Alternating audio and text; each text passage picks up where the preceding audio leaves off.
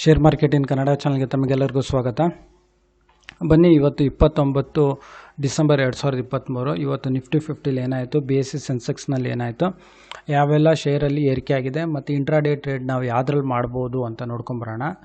ಇವತ್ತು ನಿಫ್ಟಿ 50 ಒಂದು ಸುಮಾರು 47 ಪಾಯಿಂಟ್ಸ್ ಅಷ್ಟು ಇಳಿದಿದೆ. ಅಂದರೆ ಕ್ಲೋಸ್ ಆಗಬೇಕಾದ್ರೆ 21,731ಕ್ಕೆ ಇದು ಕ್ಲೋಸ್ ಆಗಿದೆ. ಸ್ವಲ್ಪ ಇಳಿದಿದೆ ಇವತ್ತು, ಇದೆಲ್ಲ ಹಳೆಯದು. ಹಾಗೆ ನಾವು BSE ಸೆನ್ಸೆಕ್ಸ್ ನೋಡೋಣ. BSE ಸೆನ್ಸೆಕ್ಸ್ ಕೂಡ ಅಷ್ಟೇ ಸುಮಾರು 170 ಪಾಯಿಂಟ್ಸು ಇಳಿದಿದೆ ಇವತ್ತು. ಈಗ ನಾವು ಟ್ರೆಂಡಿಂಗ್ ಶೇರ್ ಕಡೆ ಹೋಗೋಣ. ಇವಾಗ ಟ್ರೆಂಡಿಂಗ್ ಶೇರ್ ಅಂದರೆ IRFC. ಈ ಟ್ರೆಂಡಿಂಗ್ ಶೇರು ಇದು ಪ್ರತಿಯೊಂದು ಶೇರಲ್ಲಿ ಸುಮಾರು ಹತ್ತತ್ರ ಒಂದು ₹3 ಏರಿಕೆ ಆಗಿದೆ. ಇದು ನಾನು ಇಂಟ್ರಾಡೇ ಟ್ರೇಡ್ನಲ್ಲಿ ನಿಮಗೆ ಹೇಳ್ತೀನಿ ಇವತ್ತು. ಹಾಗೆ ಟಾಟಾ ಸ್ಟೀಲು ಅಷ್ಟೇ ಇವತ್ತು ಟ್ರೆಂಡಿಂಗ್ ಶೇರಲ್ಲಿತ್ತು. ಇದರಲ್ಲೂ ಸುಮಾರು ₹1.45 ಏರಿಕೆ ಆಗಿದೆ.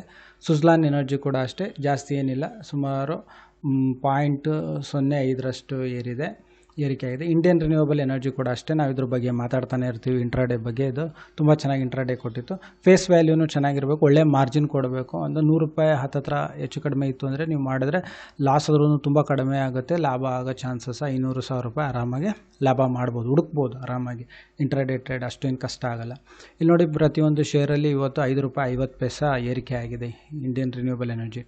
ಮೋತಿಸನ್ಸ್ ಜ್ಯುವೆಲ್ಲರಿನೂ ಅಷ್ಟೇ ಒಂದು ಟ್ರೆಂಡಿಂಗ್ ಶೇರ್ ಸದ್ಯಕ್ಕೆ. ಯಾಕೆ ಅಂತ ಹೇಳಿದ್ರೆ IPO ಇಂದ ರಿಲೀಸ್ ಆದಾಗ ಸುಮಾರು ಆಲ್ಮೋಸ್ಟ್ ಒಂದು ₹50 ಇದ್ದಿದ್ದು ಶೇರ್ ಲೀಸ್ಟಿಂಗ್ ಆಗ್ತಿದ್ದಂಗೆ ಹತ್ತತ್ರ ಒಂದು ₹100 ಹತ್ತತ್ರನೇ ಟಚ್ ಆಯಿತು. ಹಂಗಾಗಿ ಬಟ್ ಇದನ್ನು ಗೆಸ್ ಮಾಡೋಕ್ಕಾಗಲ್ಲ ಇಳಿಯುತ್ತೋ ಇರುತ್ತೋ ಅಂತ, ಯಾಕಂದರೆ ಆಲ್ರೆಡಿ ಏರಿಕೆ ಆಗಿ ಇದು ಲೀಸ್ಟಿಂಗ್ ಆಗಿರೋದು.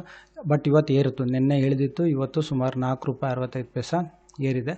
ಅದೇ ರೀತಿ ನಾವು ಟೋಟಲಾಗಿ ನಿಫ್ಟಿ 50 ನೋಡಿದ್ರೆ ಯಾವುದೆಲ್ಲ ಏರಿದೆ ಅಂತ ಹೇಳಿದ್ರೆ, ನಮಗೆ ನಮ್ಮ ಮಾರ್ಕೆಟ್ನಲ್ಲಿ ಶೇರ್ ಮಾರ್ಕೆಟ್ನಲ್ಲಿ ಹಿಂದೂಸ್ತಾನ್ ಯೂನಿಲಿವರು ಪ್ರತಿಯೊಂದು ಶೇರಲ್ಲಿ ಒಂದು ₹30, ಬ್ರಿಟಾನಿಯಾ ಇಂಡಸ್ಟ್ರೀಸ್ ಒಂದು ಸುಮಾರು ಪ್ರತಿಯೊಂದು ಶೇರಲ್ಲಿ ₹56, ಟಾಟಾ ಸ್ಟೀಲು ಪ್ರತಿಯೊಂದು ಶೇರಲ್ಲಿ ಸುಮಾರು ₹1.45, Bajaj finance, UltraTech cement, Adani ports, LTM Mindtree ಏರಿಕೆಯಾಗಿದೆ. ಅದೇ ರೀತಿ ನಾವು ಸುಮಾರು ದಿವಸದಿಂದ ಮಾತಾಡ್ತಿದ್ವಿ ಇಂಟ್ರಾಡೇ ಟ್ರೇಡ್ ಬಗ್ಗೆ. ಟಾಟಾ ಪವರ್ ಇರ್ಬೋದು, ಇಂಡಿಯನ್ ರಿನ್ಯೂವಬಲ್ ಎನರ್ಜಿ ಇರ್ಬೋದು, IRFC ಇರ್ಬೋದು, ಟಾಟಾ ಪವರು, SBI ಬಗ್ಗೆನೂ ಮಾತಾಡಿದ್ವಿ, ಹಿಂಡ್ಯಾಲ್ಕೋ ಬಗ್ಗೆ ಮಾತಾಡಿದ್ವಿ, ಹೆಂಗೆ ಹುಡುಕಿದ್ವಿ ಅಂತ.